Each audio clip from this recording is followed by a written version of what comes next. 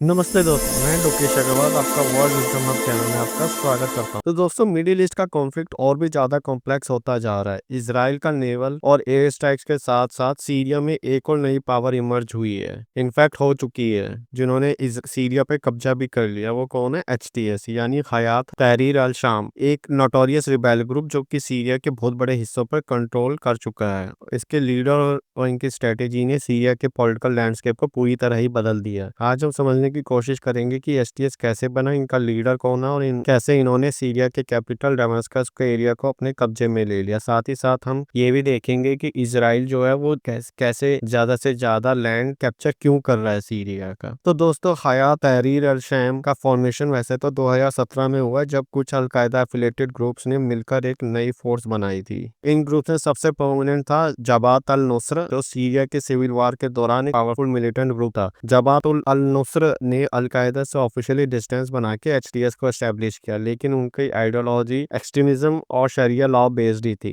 HTS का M simple था, Syria में असद की गवर्नमेंट को टॉपल करना और अपने वर्जन का इस्लामिक स्टेट एस्टेब्लिश करना। आज के टाइम में HTS northern Syria specially Idlib region में सबसे ज्यादा पावरफुल रिबेल फोर्स था, पर अब तो उसने पूरी सीरिया पे ही कब्जा कर लिया है। और अगर हम बात करें एचटीएस के लीडर की, वो है अबू मोहम्मद अल जुलानी। ये एक कंट्रोवर्शियल और नोटोरियस फिगर है, जो कि पहले अलकायदा एफिलिएट जबात अल नस्र का लीडर था। अल जुलानी का उसका रियल नाम है अहमद हुसैन अल शरा, और उन्होंने अल कायदा के साथ अपनी एफिलिएशन इराक वार के दौरान शुरू की थी। जब सीरिया के सिविल वॉर शुरू हुआ, अल जुलानी ने सीरिया के रिबेल फैक्शंस को ऑर्गेनाइज करके अपनी लीडरशिप एस्टेब्लिश करनी चाहिए। अल जुलानी का के सिंपल काफी स्ट्रेटेजिक अप्रोच था। उन्होंने लोकल सीरियन पॉपुलेशन के साथ अलायंस बनाया और अपने राइवल्स को सिस्टमेटिकली एलिमिनेट करके एचटीएस को सीरिया का सबसे ऑर्गेनाइज्ड रिबेल फोर्स बना दिया। तो दोस्तों, एचटीएस की सबसे बड़ी सक्सेस तब आई जब उन्होंने दमिश्क और उसके आसपास के सारे रीजन को अपने कंट्रोल में ले लिया, जो कि सीरिया की कैपिटल है। एक स्ट्रेटेजिक और सिंबॉलिक लोकेशन, ऑब्वियसली बात है, जब कोई कैपिटल को कैप्चर कर लेता है तो यही माना जाता है कि पूरा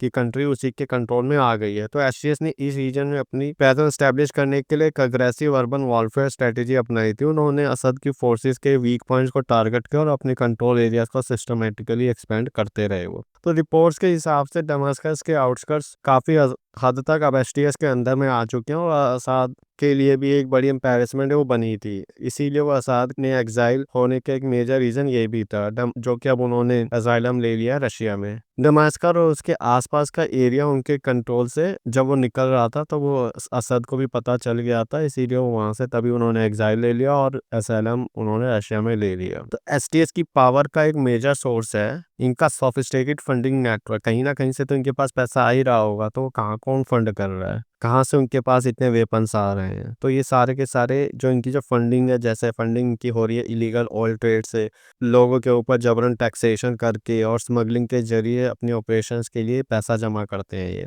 अगर वेपनरी के बारे में अगर हम बात करें, तो एसटीएस को कुछ कंट्रीज के कॉवर्ट सपोर्ट मिलने की रिपोर्ट आई है, जो कि उन्हें एडवांस वेपन और ट्रेनिंग प्रोवाइड कर रहे हैं। और टेरिटोरियल कंट्रोल तो पता ही है कि अब तो पूरे सीरिया पे, पूरे सीरिया, ज़्यादातर हिस्से नॉर्दर्न सीरिया पे उनका बड़ा रीजन एसटीएस के अंदर ही है, जो उन्हें पॉलिटिकल और मिलिट्री लेवरेज देते हैं। सीरिया के जो प्रेसिडेंट जो बशर अल असद, जो कि एक डिकेड से भी ज़्यादा पावर में रहे हैं, अब जब उन्हें एग्जाइल किया तो रशिया में चले गए थे वो। और असद के रिजीम के कोलैप्स के बाद एक मेजर फैक्टर जो एचटीएस के राइस और दमिश्क का लॉस था, वो रिपोर्ट के मुताबिक असद के रिजीम अब सिर्फ सिंबॉलिक तो कुछ है नहीं, पर वो जैसे ही एचटीएस ने वहां पे कब्जा किया, तो उससे पहले ही वो सीरिया के जो प्रेसिडेंट थे बशर अल असद, वो अपनी फैमिली को लेके रशिया में चले गए थे।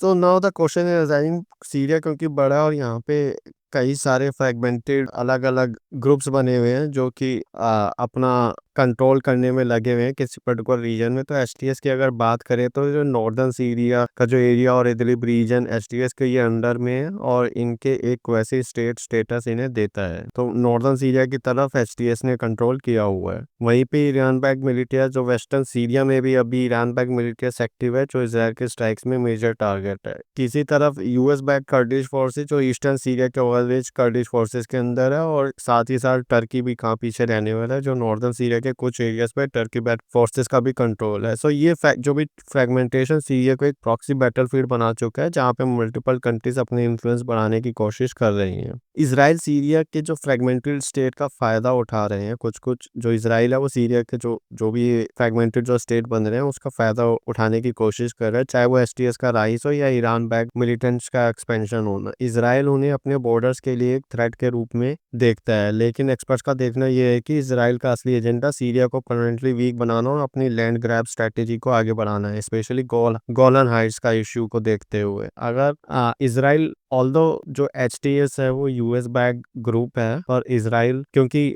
जैसे मैंने पहले भी आपको बताया कि जो एचटीएस है वो पहले भी अलकायदा से उसके लिंक है, तो इजराइल को अभी भी यही लगता है कि इनका कुछ भरोसा नहीं है, तो इसीलिए बेहतर यही है कि इनको कमजोर किया जाए। इसीलिए अभी फिलहाल में अभी इन्होंने इजराइल ने काफी हैवी अटैक किए हैं और उन्होंने पूरी की पूरी नेवी पूरी डिस्ट्रॉय कर दी है, और जहाँ पे भी इनके मिलिट्री डिपोर्ट्स थे, वेपनरी डिपोर्ट्स थे, वहाँ पे उन्होंने काफी हैवी बॉम्बिंग करी है, जिससे कि जो भी सीरिया की फोर्सेस जो सीरिया की फोर्सेस थी, जितने भी अपने हथियार जो छोड़ के जब वो भागे थे, वो इन लोगों के हाथों में ना पड़ जाए, और इनका कुछ पता नहीं है ये हथियार उठा के कभी इजराइल के पीछे ही पड़ जाए। तो इसीलिए इजराइल उनके ऊपर ज्यादा से ज्यादा अटैक कर रहा है, not on civilian population but rather on military deports और नेवी वेवी, इनके ऊपर ज्यादा से ज्यादा उन्होंने अटैक किए। सो सीरिया का जो कॉन्फ्लिक्ट है एक वार्निंग कि कैसे इंटरनल वॉर्स और एक्सटर्नल इंटरवेंशन आपने देखा कैसे पूरे देश को डिस्ट्रॉय कर सकते हैं।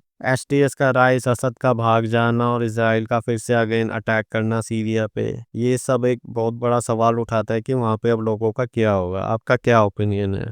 अगर दोस्त एक और बड़े फैक्टर का अगर हम बात करें कि इसराइल वो अटैक क्यों कर रहा है सीरिया के ऊपर, यहाँ पे एक बड़ा फैक्टर आता है जो buffer zone. Israel historically Golan Heights को अपने अंडर हमेशा लाना चाहता है, और 1967 के 6 डे वॉर के बाद से गोलन हाइट्स इसराइल के कंट्रोल में है, लेकिन सीरिया कभी भी इसे ऑफिशियली छोड़ने को तैयार नहीं हुआ। ये जो रीजन है स्ट्रेटेजिकली और रिसोर्स वाइज बहुत ही वैल्यूएबल है, और जैसे जैसे अब इसराइल आगे बढ़ता जा रहा है तो ये कहा जा रहा है कि इसराइल दमास्कस से सिर्फ 25 किलोमीटर दूर है, और उसने वहां तक अपने टैंक पहुंचा भी दिए। अगर कल को कुछ प्रॉब्लम होती है तो इसराइल आराम से सीरिया दमास्कस के ऊपर अटैक करके उसे कैप्चर कर सकता है। रिपोर्ट के मुताबिक ये भी कहते हैं कि इसराइल अपनी टेरिटरी जैसे मैंने बताया एक्सपेंड करने की कोशिश कर रहा है, और सीरिया के एक वीक गवर्नमेंट और ऑनगोइंग सिविल वॉर की वजह से इसराइल को लगता है कि ये बिल्कुल सही वक्त है अपने लैंड को एक्सपेंशन प्लान्स को आगे बढ़ाने का। अगर हम इंटरनेशनल रिएक्शन की बात करें तो इसराइल अपने एक्शन को जस्टिफाई करने के लिए सिक्योरिटी कंसर्न का हवाला देता है, लेकिन रशिया और ईरान ने इस बार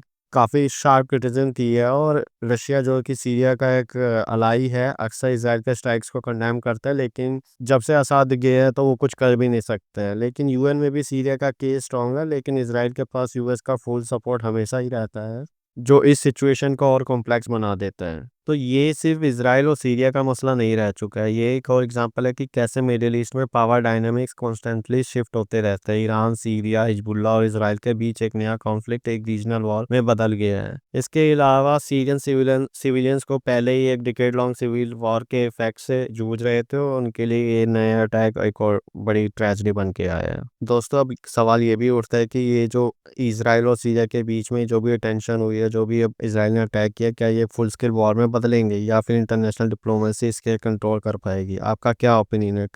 कमेंट्स में ज़रूर शेयर कीजिए। अगर आपको ये वीडियो पसंद आया तो प्लीज़ लाइक, शेयर और सब्सक्राइब ज़रूर कीजिए। Thank you, thanks for watching, bye.